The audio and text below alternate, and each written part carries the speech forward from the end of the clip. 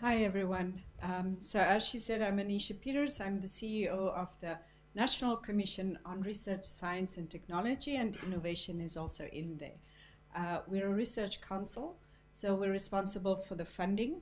And when Passant was actually, when I received the invitation, I was actually quite excited, not because of this panel, sorry, but I was excited to actually learn about the learnings and outcomes and so on, and how do you chart the way forward, because the NCRST is also responsible for setting up the National AI Institute, and then of course growing the capacity in AI. Now, I have a few more roles. So I was also the chair of the Presidential Task Force on the Fourth Industrial Revolution, and there were several recommendations on AI for Namibia that's being actioned. And then I'm also an adjunct research professor at the University of Namibia, and I specialize in human-computer interaction. About a year ago, I was a vice president of research at the University of Namibia. Before that, I was a faculty dean for computing at a different university in Namibia. And finally, I'm also the founder of the Africa Human-Computer Interaction Conference Series, AFRICAI, which is now having a very strong focus on HCI AI and human-centered AI.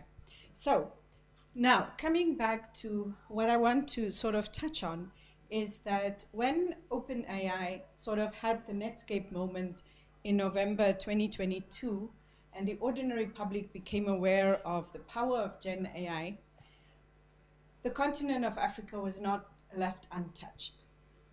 So students were very excited. Teachers and lecturers and faculty were very confused because they were maybe not even confused, ignorant as to what had just happened. So I had several engagements initially sort of in that sphere with higher education, with schools, and so on. And this is the confusion that was reigning. So, and I think that the faculty and even school teachers are still left dumbfounded. They still don't know. I know that they reached out and said, hey, how do we handle this, right? What is coming next? Initially, there was just some advice about, oh, okay, if we are going to just ask to cite that ChatGPT be cited, then that would be sufficient. And later on, we discovered all of the hallucinations. And now it is like, please don't upload any content on unpublished research or reviews into ChatGPT. So the education has been sort of very slow. The universities have also been extremely slow to react. And I think this is also because of very lengthy sort of curriculum development processes. However, the universities did roll out the data science degrees, but mostly as postgraduate degrees. This is also prevalent across Africa, South Africa, and other countries. But the degrees in AI is something that is still leaving a lot to be desired. There's 2 universities in South Africa, for instance, that's offering like a honors degree in AI. And then in Namibia, the AI curricula is also now actually being rolled out, not rolled out, but now being refined. One thing about the curricula, though, is that, looking at the contention that one has in curricula concerning how many core courses do you have to include, and then, of course, your sort of selective courses. And then you still have the institutional core courses, which is oftentimes a hindrance because a student can take only so many credits, right? And so what are we cutting out? We're cutting out, sometimes we're compromising a little bit on ethics.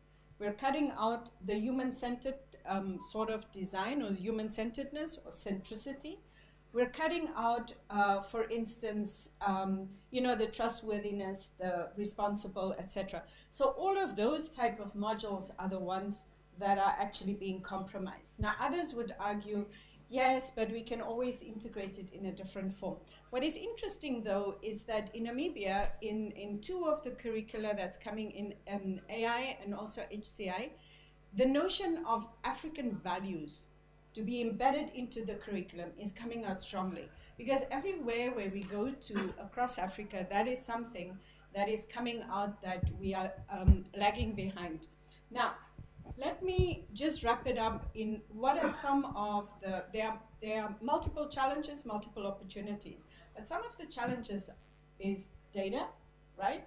In Africa, we always know that we're complaining about it, but also computing infrastructure. We are seeing, you know, the energy intensity now. Imagine regions where you already have that's already energy insecure, right? So you have a problem with that.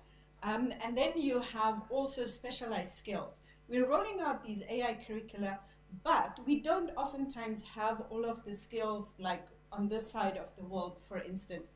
The other thing that we are that we are concerned about is assessment methods. And that comes back to curricula, because now you have to sort of find different types of assessment methods and then find another way of combating, for instance, the blatant plagiarism, I would call it, that Gen AI sort of makes it so easy to deal with. And of course, I mean, of course, there are different types that we are building into such curricula, but the other one is that people like me oftentimes say that there's another stream, and that is that we have to rapidly upskill and reskill, and we can't always focus on just university degrees. But then again, it's all of the soft ethics, etc., that is getting missing in the whole sort of race towards rolling out educational courses in AI. Thank you. Thank you so much, Anicia.